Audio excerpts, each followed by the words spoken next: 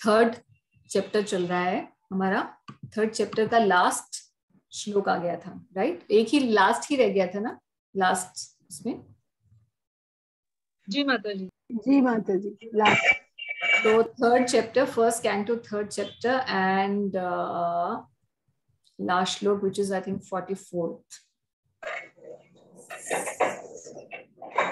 Some explanation इसलिए मैंने छोड़ दिया था इसको, ठीक है। 44 होगा, 44 ही। नमो भगवते वासुदेवाय। ओम नमो भगवते वासुदेवाय। ओम नमो भगवते वासुदेवाय। I'll put everybody on mute so that we have, okay.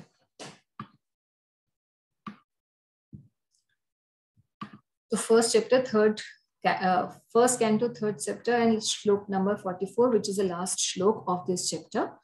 हम लोग ये जो सेक्शन कर रहे हैं, इसमें हमने ये देखा कि जो प्रश्न था सेजिस का, छठा प्रश्न कि भगवान जब सुधाम पधार गए तो कहाँ धर्म ने शरण ग्रहण की, उसी के उत्तर में सुत गोस्वामी ने उत्तर दिया कि भगवान के सुधाम जाने के बाद धर्म ने श्रीमद् भागवत की शरण ग्रहण की है।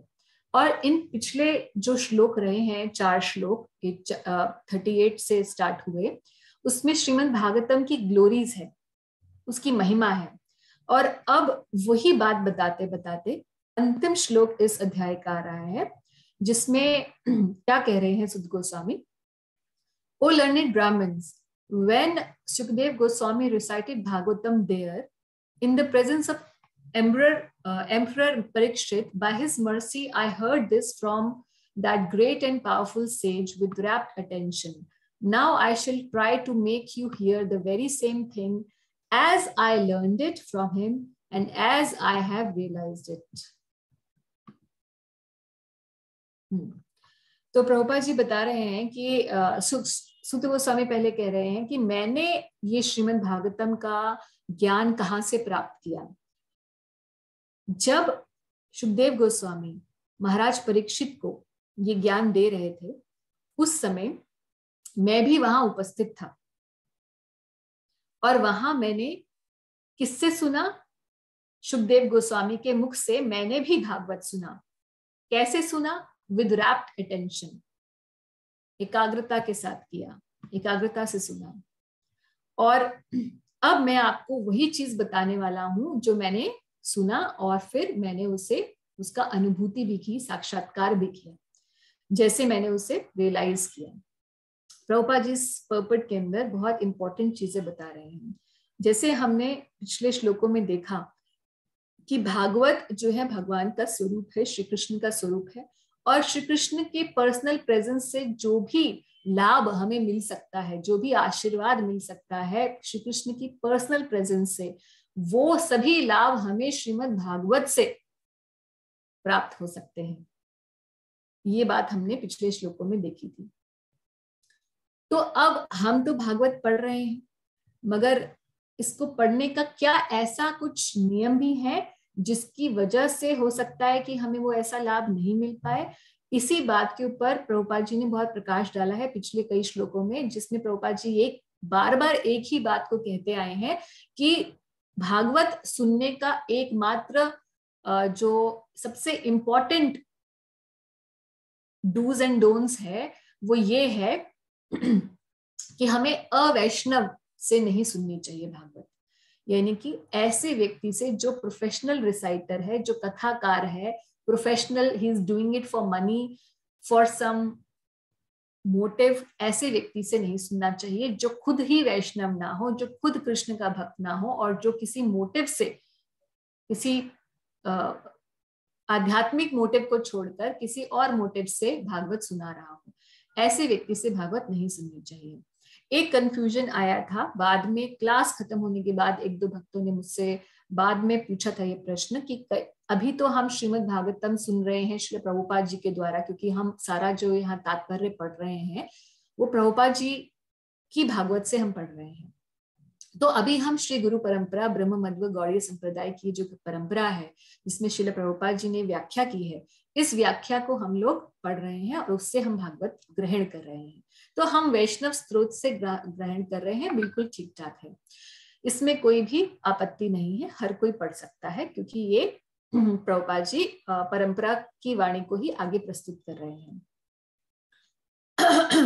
किसी का प्रश्न ये आया था कि अभी तो हम ये पढ़ रहे हैं, इस परंपरा से पढ़ रहे हैं, मान लीजिए कि कल को हम लोग प्रभुपाद जी की परंपरा में दीक्षा नहीं लेते या हम किसी और वैष्णव परंपरा में दीक्षा ले लेते हैं, तो क्या ये ऑफेंस तो नहीं हो जाएगा? क्या ये कोई अपराध तो नहीं होगा कि हमने पढ़ी तो प्रभुपाद जी के यहाँ से मगर फिर गुरु कहीं और धारण कर लिया? तो ऐसा कोई अपराध नहीं होगा। ये एक पॉइंट मैं क्लैरिफाई करना चाह रही थी। जो यहाँ बार बार प्रभुपाद जी बता रहे हैं, उनका कहने का अभिप्राय ये है कि किसी भी प्रोफेशनल रिसाइटर से आप भागवत न सुनिए, भक्त से ही भागवत को ग्रहण करिए। ये अभिप्राय है जो कि ध्यान रहना चाहिए कि बस टीवी लगाया और आस्था टीवी और जो भी आते हैं उसमें ही लगा के भागवत, हम तो रोज भागवत सुनते हैं, मगर आपका हृदय तो परिवर्तित नहीं हो रहा। क्यों? क्योंकि आप तो किससे सुन रहे हैं आपने देखा ही नहीं। अगर वैष्णव से सुनते तो हृदय परिवर्तन जरूर होता है। अच्छा, आगे इस श्लोक के तात्पर्य को हम लोग अच्छे से पढ़ेंगे, क्योंकि इसको मैंने इसीलिए छोड़ा था, इसमें बहुत सारे इंपॉर्टेंट पॉइंट्स हैं। पहली बात प्रभुपाद कह रहे हैं, one can certainly see directly the presence of Krishna in the pages of Bhagavatam if one has heard it from a self-realized great soul like Shukdev Goswami. तो भगवान श्री कृष्ण का दर्शन हमें प्रत्यक्ष भागवत के पन्नों से मिल सकता है अगर हम ऐसे महान भक्त से सुने।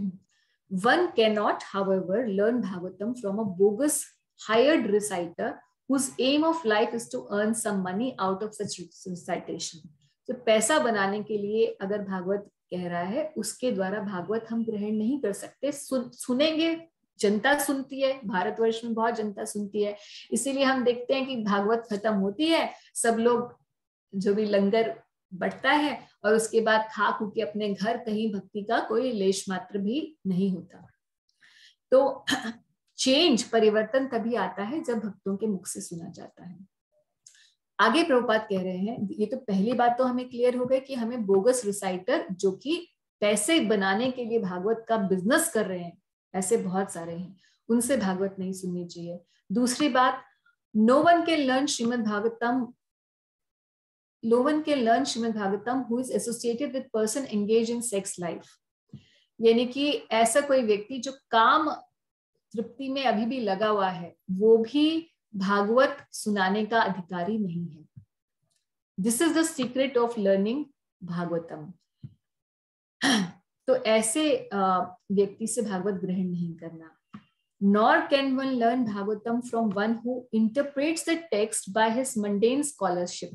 तो थर्ड पॉइंट बता रहे हैं प्रभुपाद कि ऐसे भी व्यक्ति से भागवत मत ग्रहण करना जो कि केवल स्कॉलरशिप, यानी कि उसको संस्कृत का बड़ा ज्ञान है और बोल रहा है कि चलो मैं बताता हूँ इस श्लोक का क्या मतलब है। तो ऐसा हो सकता है कि किसी को संस्कृत बहुत अच्छी आती हो मगर वो भक्तिमान ना हो, तो ऐसे व्यक्ति से जब व्याख्या सुनेंगे तो वो सही व्याख्या नहीं करेगा, भक्ति की भक्तिपूर्ण व्याख्या नहीं करेगा भागवत की, जिसकी वजह से, क्योंकि हम जानते हैं संस्कृत की हर एक शब्द का 100 सिनोनिम्स है, तो आप किस समय किस कॉन्टेक्स्ट में कौन सा सिनोनिम लगाना है वो हर किसी के बस की बात नहीं है।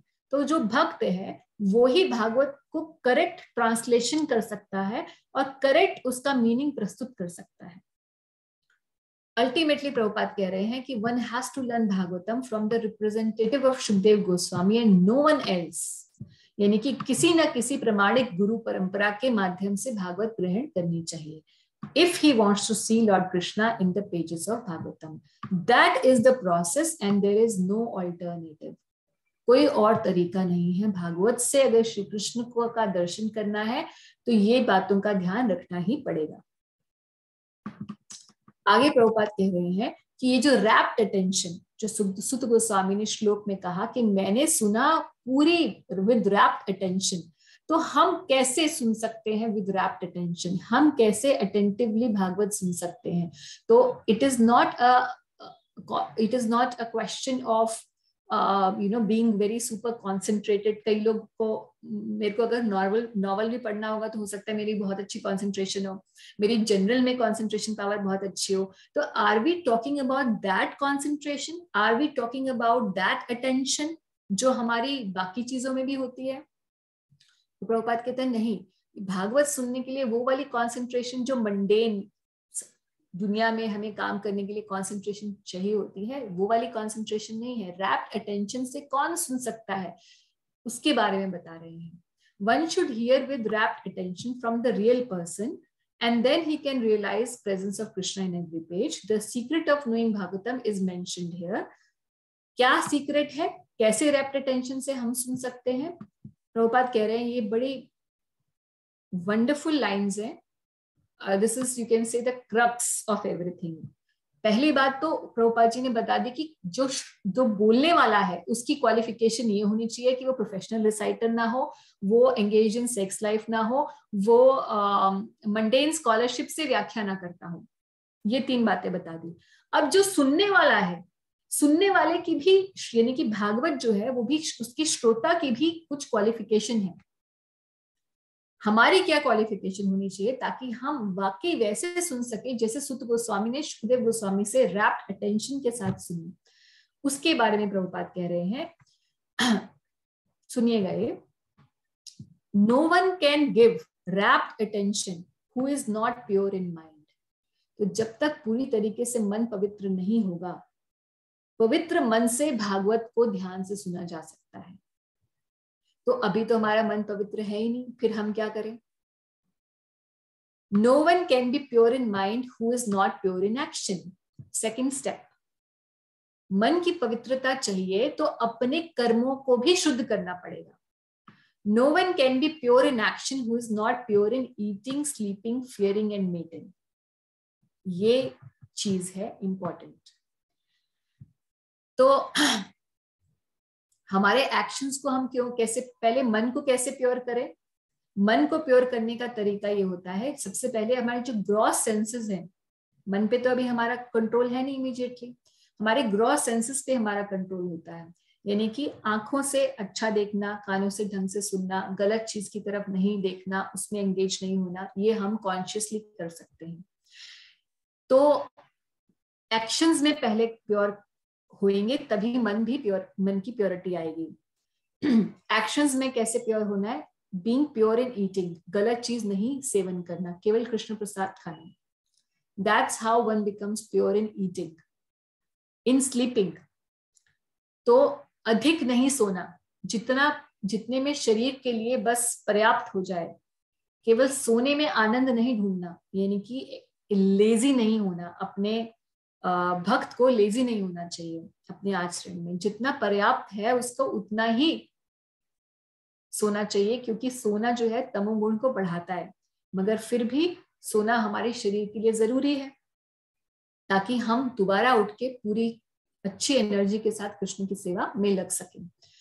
तो 6 आवर्स, प्रभुपाद जी कहते हैं 6 आवर्स से ज्यादा नहीं सोना चाहिए. अगर कोई 6 घंटे से ज्यादा सोता है तो तमोगुण को बढ़ाने वाला काम कर रहा है. मगर हो सकता है हमें से किसी की अपनी कोई हेल्थ कंडीशन हो जिसकी वजह से हमें थोड़ा और ज्यादा सोना पड़ सकता है. So everybody has to see according to his own self, अपनी अपनी शरीर की क्षमता के हिसाब से देखना है. मगर फिर भी बेसिक प्रिंसिपल ये है कि तमोगुण को बढ़ाने वाला होता है, इसीलिए बहुत ज्यादा नहीं सोना चाहिए. अब यही सोच के कई बार लोग उल्टा भी काम कर देते हैं. 3 घंटे सोएंगे आज से हम लोग तो, क्योंकि ज्यादा तमोगुण नहीं चाहिए हमको. उससे क्या होगा?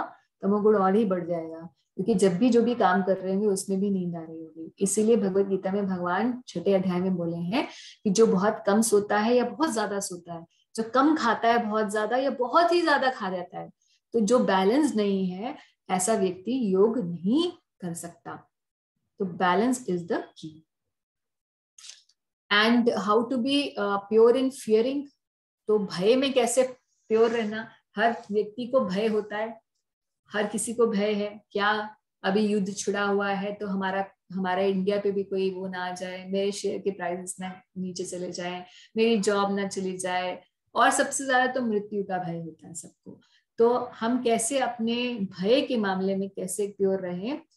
थोड़ा भय तो स्वाभाविक है, हम स्पेसिफिकली जो गृहस्थ आश्रम में है उन्हें थोड़ा बहुत भय तो रहेगा, मगर फिर भी हमेशा ध्यान रखना चाहिए कि जो भी स्थिति हो कृष्ण मेरी रक्षा करेंगे, ऐसा विश्वास रख के जो भक्त चलता है अपने आप वो ओवर्टली फियरफुल नहीं होता।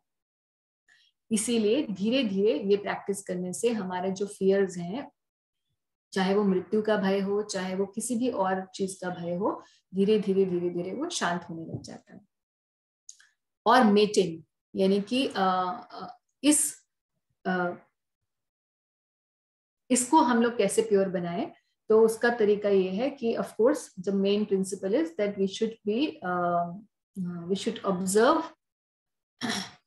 ब्रह्मचर्य का पालन करना चाहिए और केवल पर पुरुष और पर स्त्री संग नहीं करना चाहिए, यानी कि अपनी मैरिड लाइफ के अंदर ही रहना चाहिए। और even it also means that we should not be seeing something on the screen, something wrong on the screen, क्यों हम बाहर तो नहीं जा रहे, कुछ गलत कर तो नहीं रहे अपने शरीर से, मगर आंखों से देख रहे हैं, तो वो भी निषिद्ध आचार बन जाता है।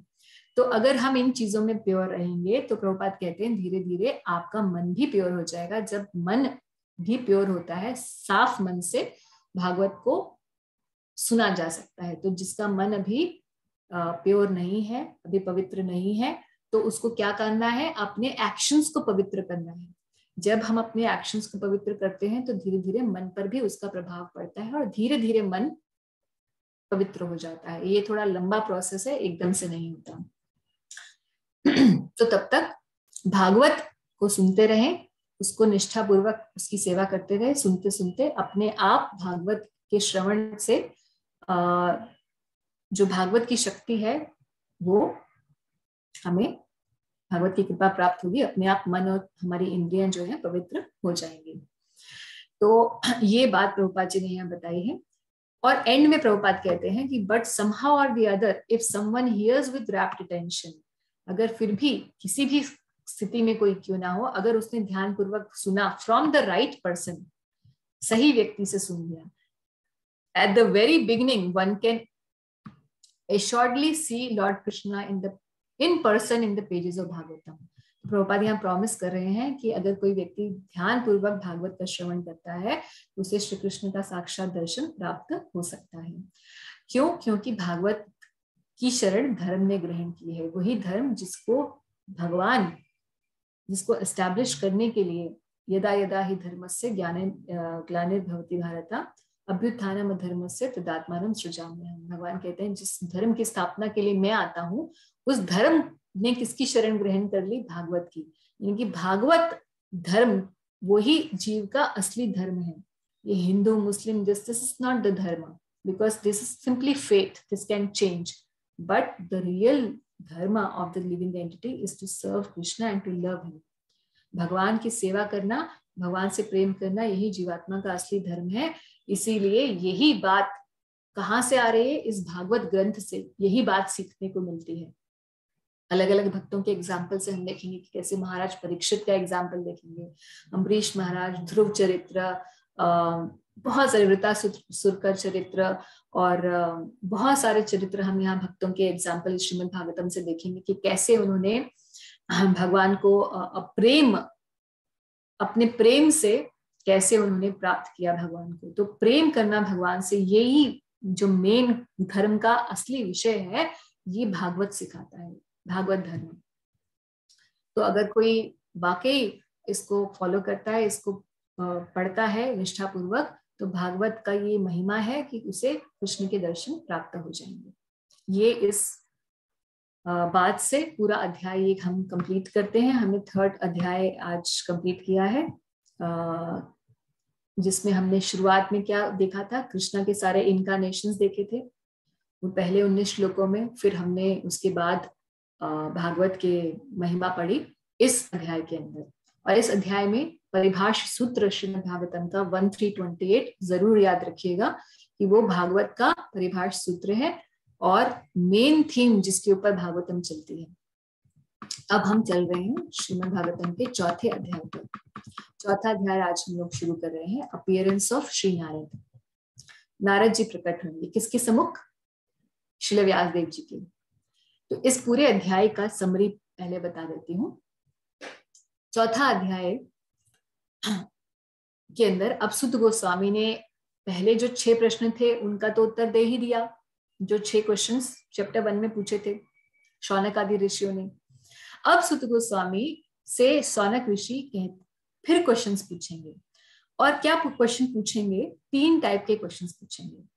पहला क्वेश्चन, भागवत की हिस्टोरिकल बैकग्राउंड, क्यों व्यास देव जी ने भागवत लिखी, क्यों लिखी मतलब उसकी स्क्रिप्टिंग की, भागवत क्यों प्रस्तुत किया, श्रीमद् भागवतम को करने की आवश्यकता क्यों आई? क्योंकि पहले ही वेद तो लिख चुके थे, उसके बाद वेदांत सूत्र भी लिख चुके थे, उसके बाद महाभारत भी लिख चुके थे।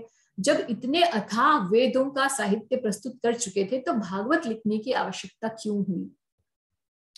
ये प्रश्न पूछेंगे शौनक ऋषि।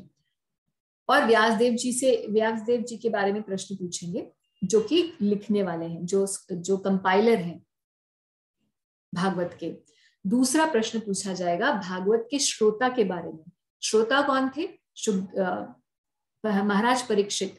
तो महाराज परीक्षित कैसे ऐसे सुनने के लिए, जबकि वो तो राजा थे और बहुत यंग थे, वो क्यों 7 दिन 7 रात बैठ के भागवत सुनने के लिए आए? ये प्रश्न पूछा जाएगा। और सुखदेव गोस्वामी के बारे में, जो कि स्पीकर हैं भागवतम के, जो वक्ता हैं, वक्ता क्यों भागवत सुनाने के लिए आए, श्रीमद् भागवतम का प्रवचन करने के लिए क्यों आए सुखदेव गोस्वामी महाराज परीक्षित को। आगे ये 3 प्रकार के प्रश्न पूछे जाएंगे, about the compiler Vyasadeva, about the listener Parikshit Maharaj, and about the speaker Sukhdev Goswami. इन तीनों के बारे में प्रश्न पूछे जाएंगे इस अध्याय में। और फिर इस अध्याय में सबसे पहले उत्तर देते हुए कंपाइलर यानी कि व्यासदेव जी ने क्यों कंपाइल की, उसका आंसर यहाँ पर इसमें चौथे अध्याय और 5वें अध्याय में यही प्रसंग चलता रहेगा कि हिस्टोरिकल बैकग्राउंड क्या है श्रीमद् भागवतम का और क्यों व्यासदेव जी ने इस महान ग्रंथ की रचना की। इसी बात के ऊपर सेंटर्ड रहेगा पूरा 4th और 5th चैप्टर। तो अब हम लोग पढ़ना शुरू करते हैं।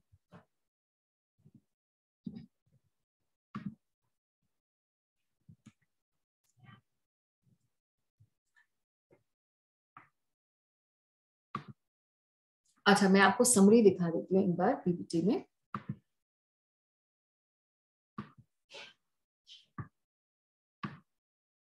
इस चैप्टर की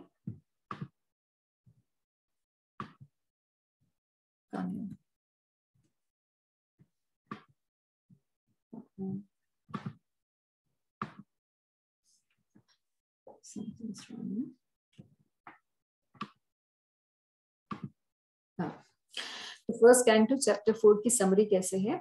हाँ, सबसे पहले ये जो बीच वाला ब्लॉक है उसको मैं देख रही हूँ डार्क ब्राउन कलर का जो है। पहले 13 जो श्लोक हैं उसमें शौनक ऋषि फर्दर क्वेश्चन करेंगे सुत गोस्वामी से। किस किस कैटेगरी के क्वेश्चन होंगे मैं आपको बता चुकी हूँ, about the speaker, about the listener of Bhagavatam and about the compiler of Bhagavatam.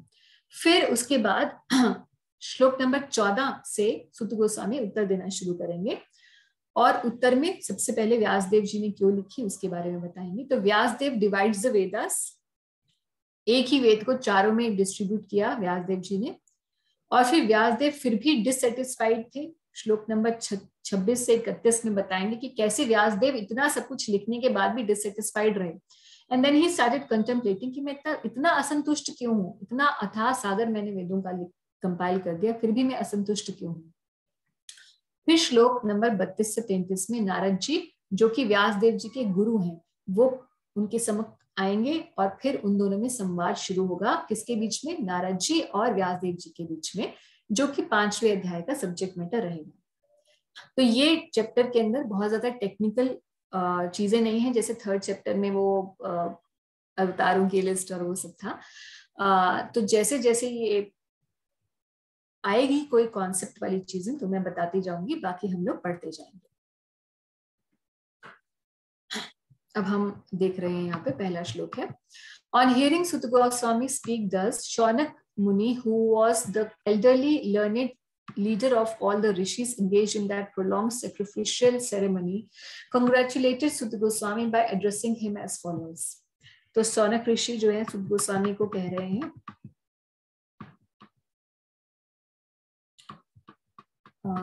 क्या कह रहे हैं शौनक ऋषि? O Sut Goswami, you are the most fortunate and respected of all those who can speak and recite. तो glorify कर रहे हैं सबसे पहले शौनक ऋषि सुत गोस्वामी को, और कह रहे हैं कि please relate the pious message of Srimad Bhagavatam, which was spoken by the great powerful sage Shukdev Goswami. जो शुकदेव गोस्वामी ने ये भागवत की कथा कही, वो अब हमें आप सुनाइए. मगर वो सुनाने से पहले क्या बताइए, वो कुछ क्वेश्चंस पूछ रहे हैं, तो पहले उन क्वेश्चंस का आंसर दीजिए और उसके बाद फिर हमें सुनाइएगा. In what period and at what place was this first began? सबसे पहले भागवत कैसे, कहाँ शुरू हुई, किस काल में शुरू हुई और किस देश में, किस स्थान में शुरू हुई? And why was this taken up? From where did Krishna Dwapayan Vyas, the great sage, get their inspiration to compile this literature? तो व्यास देव जी ने को ये भागवत की रचना करने का जो इंस्पिरेशन है कहाँ से मिला, यानी कि उन्होंने भागवत की रचना क्यों की, किस कारण की उन्होंने? तो सबसे पहली बात ये है कि क्योंकि उन्होंने वेद लिख दिए थे, चारों वेद प्रकट किए. पहली बात. अच्छा, एक और जानने की है, कई बार लोग ये कहते हैं कि व्यास देव जी ने ही लिखे, किसी ह्यूमन ने तो लिखे आपके वेद. तो जो सो कॉल्ड ह्यूमन जिसको वो रेफर करते हैं वो कौन है? व्यास देव जी. तो वेद अगर हम भगवान का इनकारनेशन ना भी माने, एक बार को एक नॉर्मल ह्यूमन बीइंग ही माने, तब भी वेद पहले ही भगवान की वाणी है. वेदों का ज्ञान पहले से ही था. व्यास शब्द का अर्थ होता है कंपाइलर. संस्कृत शब्द, संस्कृत ट्रांसलेशन जो है कंपाइलर की होती है व्यास. तो व्यास देव जी का एक्चुअल नाम क्या है? यहाँ पे लिखा है कृष्ण द्वापायन व्यास. व्यास देव जी का एक्चुअल नाम क्या है? कृष्ण द्वापायन. जैसे मैं बोलूं कि प्राइम मिनिस्टर ने ये क्यों किया, या बोलूं कि नरेंद्र मोदी प्राइम मिनिस्टर ने ऐसे क्यों किया, तो नरेंद्र मोदी उस प्राइम मिनिस्टर का नाम है. ऐसे ही व्यास देव जी एक टाइटल है. व्यास मतलब कंपाइलर. हर एक युग में अलग व्यास देव जी प्रकट होते हैं. इस जो अभी विगत जो चल रहा है, जो अभी रिसेंटली जो व्यास देव हुए हैं, उनका नाम है कृष्ण द्वापायन व्यास. तो कृष्ण द्वापायन व्यास जी ने ये लिखा. तो पहले क्या अपने मन से लिख दिए वेद या शास्त्र या महाभारत या भागवत अपने मन से लिख दी? नहीं. जैसा उन्हें रिवील हुआ, भगवान की वाणी यानी कि वेद पहले से ही प्रकट है, मगर पहले लिखे नहीं जाते थे, पहले बोले जाते थे. बोलकर व्यक्ति सुन लेता था, समझ लेता था, इतना ज्यादा इंटेलिजेंट होता था. आजकल सामने होने के बाद भी समझ में नहीं आता है ना. इसीलिए कंपाइलिंग करने की आवश्यकता पड़ी कृष्ण द्वापायन व्यास जी को. तो ऐसा नहीं है कि वेद पहले से नहीं थे और किसी व्यक्ति ने लिख डाले. लिखे मगर पहले से थे. कंपाइलेशन सिर्फ किया गया व्यास देव जी द्वारा. फिर कह रहे हैं कि his son was a great devotee and equibalanced monist whose mind was always concentrated in monism. He was not arrogant but was transcendental to mundane activities. अब बात कर रहे हैं स्पीकर ऑफ भागवतम की, यानी कि शुकदेव गोस्वामी. शुकदेव गोस्वामी के बारे में ये क्यों लिखा कि भाई वो हमेशा ब्रह्म में लीन रहते थे? शुकदेव गोस्वामी तो महान भक्त हैं जिनके द्वारा भागवत प्रकट हुई दोबारा से. तो भागवत पहले भी हमने, जैसे जब हमने भागवतम का इंट्रोडक्टरी लेक्चर किया था तो हमने बताया था कि भागवत बहुत बार बोली गई है. तो रिसेंटली कौन सी बोली गई है? जो कि सुत गोस्वामी और शौनक ऋषि के बीच में. उससे इमीडिएटली पहले कौन सी बोली गई है? जो महाराज परीक्षित और शुकदेव गोस्वामी के बीच में. ये सबसे रिसेंट वाली है. उससे पहले भी बहुत बार बोली गई है भागवत. तो हमने लिस्ट बताई थी कि कैसे भगवान अनंत ने 4 कुमारों को बोली, भगवान नारायण ने ब्रह्मा जी को बोली, बहुत बार बोली गई है. तो कह रहे हैं कि ये सुखदेव गोस्वामी जो हमेशा ब्रह्म में लीन रहते थे, he was a great devotee. तो ब्रह्म में क्यों लीन रहते थे? जब तक उन्होंने भागवत नहीं सुनी थी तब तक वो ब्रह्मवादी थे सुखदेव गोस्वामी। जब उन्होंने भागवत के 2 श्लोक सुने तो वो महान भक्त बने। केवल 2 श्लोक भागवत के सुने थे पहले, और उसी के द्वारा उनकी चेतना पूर्ण रूप से श्री कृष्ण में विद्यमान हो गई थी। तो इसीलिए कह रहे हैं कि वो तो भाई हर चीज से ऊपर उठे हुए थे सुखदेव गोस्वामी। वाइल श्रील व्यासदेव उनकी ग्लोरिफिकेशन करते हुए बोल रहे हैं शौनक ऋषि। किसकी? सुखदेव गोस्वामी की, जो स्पीकर हैं भागवतम के। उनके बारे में कह रहे हैं कि while Srila Vyasadeva was following his son, एक बार की बात है, व्यासदेव जी अपने बेटे के पीछे पीछे जा रहे थे। क्यों? क्योंकि बेटा तो जैसे ही प्रकट हुआ 16 साल से तक तो गर्भ से निकला नहीं अपनी माता के, और उसके बाद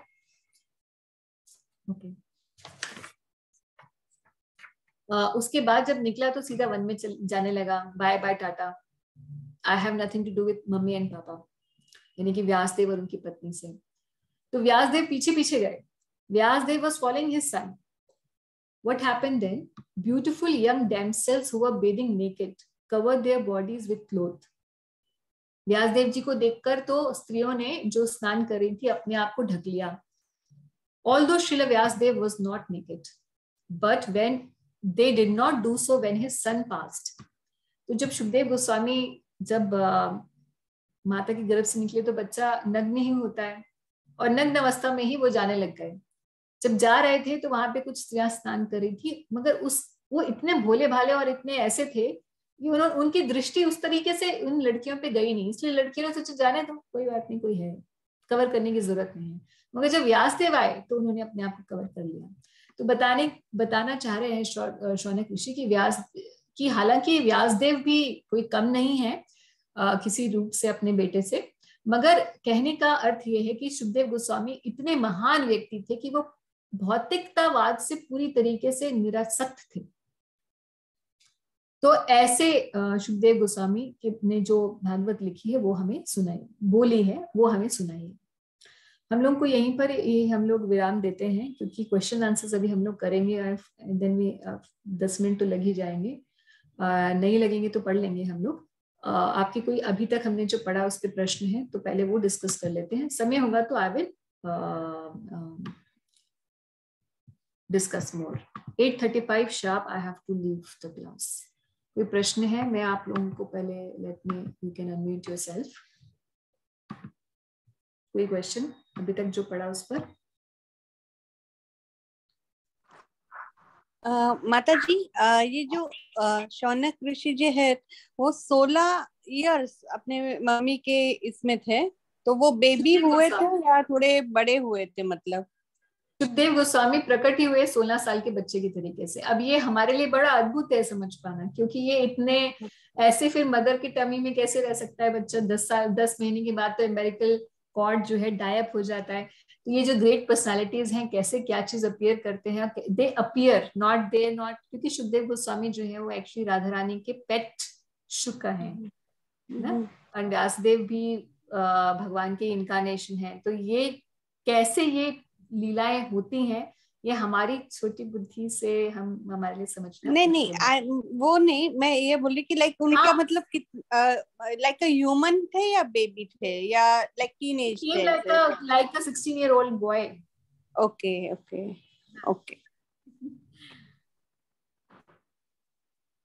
Okay. Any other question? He must be 16 years, Mataji, because of his intelligence, not in body, definitely. ये पिक्चर भी आप देखते हैं ना, सुखदेव गोस्वामी जैसे भागवत सुना रहे होते तो you can see that is like a young boy, no? No, when he was born. When he was born, he was like a 16-year-old. He in form also. Yes, in form also. Okay. That's what the question was. Poonam ji ka yahi question tha. But after his birth, did he live with his parents or he lived separately? He immediately left the house. पहली बात तो उन्होंने बोला कि मैं तभी बाहर आऊंगा जब मुझे माया नहीं घेरेगी। तो व्यासदेव जी ने बोला ठीक है, मैं तुम्हें वचन देता हूँ, माया तुम माया में नहीं पड़ोगे। तो बोलते नहीं, आपके वचन से नहीं कुछ होगा, कृष्ण को बुलाओगे। उस समय कृष्ण प्रकट थे धरती पर, भगवान का अवतार था।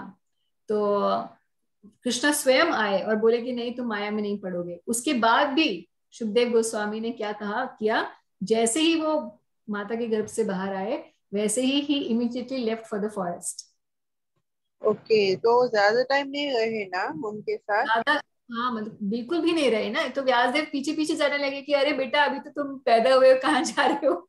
पीछे पीछे ही side walking, and he just went to the forest. क्या पूरी तरीके से निरासक्त व्यक्ति, उसके लिए माँ बाप क्या होता है, कुछ भी नहीं होता है, कोई संबंध ही नहीं होता किसी से।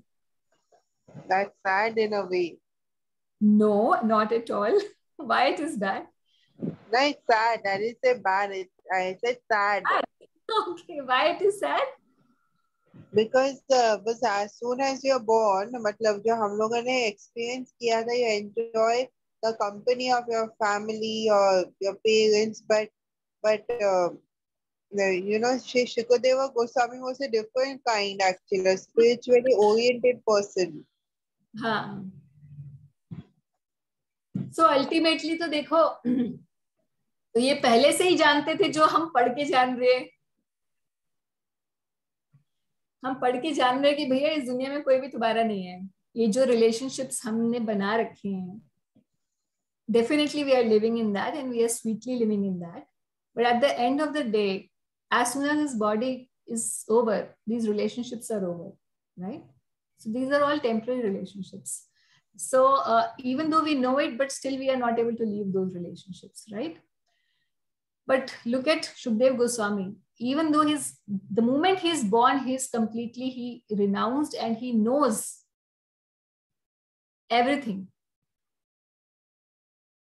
right from his birth. So Okay. that's a very special position of Shukdev Goswami. Okay, Mataji. Nitin, आपका क्वेश्चन है? Hare Krishna, Mataji. I wanted to ask, like, since there were so many sages there in the assembly, and while they were listening to Sutta Goswami, so how could those sages hear him? Without a mic and a speaker. Yeah, without a mic, basically. Yeah. So like echoing there. So actually, जो transcendental subject matter रहता है, and all these people who were present, they were such great sages, they could hear it. ये तो उनमें capabilities होती है, सारी सिद्धियां होती हैं भक्तों के अंदर, है ना? सो इवन ये भी नहीं कि सामने प्रत्यक्ष, अभी तो प्रत्यक्ष ही थे, तो दूर भी बैठे होंगे तो भी सुन सकते थे। मगर इवन जब कोई भक्त बहुत ऊंचा लेवल पर पहुंच जाता है, तो वो अपने मन से कोई बहुत दूसरे लोक में कोई बैठा है उसकी बात भी समझ जाता है। Okay. Okay. All right. No other question? हाँ, अभी हमारे पास 5 मिनट हैं, तो ये एक श्लोक पढ़ ले आगे। Okay, 8:35 sharp I will leave. तो शौनक ऋषि कह रहे हैं कि महिमा बताते हुए सुखदेव गोस्वामी की कह रहे हैं कि कैसे वो निरासक्त थे और अपने एक यंग पर्सन होते हुए भी, 16 साल के होते हुए भी, कैसे वो कंप्लीटली अलूफ थे किसी भी बॉडीली कंसिडरेशन से। आगे कह रहे हैं कि how was he, Shri Sukhdev the son of Vyas, recognized by the citizens when he entered the city of Hastinapur after wandering in the province of Kuru and Jangal, appearing like a madman, dumb and retarded. तो नग्न अवस्था में थे, केश बड़े थे, तो दिखने में ऐसा कोई व्यक्ति जा रहा हो तो कोई उसकी तरफ ज्यादा ध्यान नहीं देता, तो दिखने में वो बहुत ज्यादा ऐसे नहीं लग रहे थे अपीलिंग। मगर सुखदेव गोस्वामी को फिर कैसे पता चला कि भाई कोई महान भक्त जो भागवत बोलने वाला है वो आएगा, वो भी राजा को उसने भागवत सुनानी है। तो सोचते हैं कि हो सकता है कमंडुल होगा, बड़े सारे उसके फॉलोअर्स पीछे पीछे आ रहे होंगे, और कुछ उसने गेहूं वस्त्र धारण किए होंगे, कुछ स्पेशल सा लगेगा, दबदबा सा लगेगा, भी राजा को सुनाने वाला भागवत। तो कह रहे हैं कि मगर वो तो ऐसे थे नहीं। तो वो जब जंगल से निकल के जा रहे थे तो हस्तिनापुर के लोगों ने उन्हें कैसे पहचाना, और कह रहे हैं कि how did it so happen. ये तो दो प्रश्न पूछे शुकदेव गोस्वामी के बारे में। अब परीक्षित महाराज के बारे में पूछ रहे हैं कि how did it so happen that Parikshit met this great sage Shukadeva Goswami, जो व्यासदेव जी के पुत्र हैं शुकदेव गोस्वामी, उनसे परीक्षित महाराज कैसे मिले, making it possible for this great transcendental essence of the Vedas, Bhagavatam, to be sung to him. तो उन दोनों का आपस में मिलाप कैसे हुआ, क्योंकि वो तो वन में रहने वाले और ये राजा राज करने वाले, इनका आपस में मिलन कैसे हुआ। तो अब ये प्रश्नों की श्रृंखला शुरू हो चुकी है, जिसमें 3 लोगों के बारे में प्रश्न पूछे जा रहे हैं। और प्रश्न जो है फर्स्ट कैंटो पूरा का पूरा, जो अब 19 अध्याय, टोटल 19 अध्याय हैं पहले स्कंद में, फर्स्ट कैंटो में 19 चैप्टर्स हैं, वो इन्हीं क्वेश्चंस को डील करने वाले हैं। सेकंड कैंटो जब शुरू होगा तब कॉन्वर्सेशन शुरू होगी between Maharaj Parikshit and Shukdev Goswami. Okay, तो कौन कौन से क्वेश्चन है। पहला क्वेश्चन भागवत के बारे में, when, where, how and on whose inspiration it was written. Second question Parikshit Maharaj के बारे में, उनके बर्थ, उनकी एक्टिविटीज और कैसे उन्होंने सब कुछ त्याग दिया राजा होते हुए भी, और क्यों वो सुनने लगे भागवत। और तीसरा प्रश्न शुकदेव गोस्वामी के बारे में, how was he perceived in Hastinapur and how did his meeting with Parikshit take place. पूरे अब ये हम चौथे अध्याय से शुरू कर रहे हैं, चौथा से लेकर 19वें अध्याय तक यही सब्जेक्ट मैटर आगे बढ़ेगा। तो हम लोग okay, Kuber can you unmute me, I have a question. मैंने सबको अनम्यूट कर रखा है। कुबेर। हरे कृष्णा माता जी। जी माता ji Hare Krishna, can you hear me? Yes, I can hear you. Yeah, Mataji, you told that when two devotees talk on phone, so they should like pranam each other. So actually, I missed the word. Should we say Dandavat Pranam or should we say Panchtam? Actually, there was a network issue. We should simply say Pranam. Pranam Prabhuji, Pranam Mataji. Okay, Hare Krishna.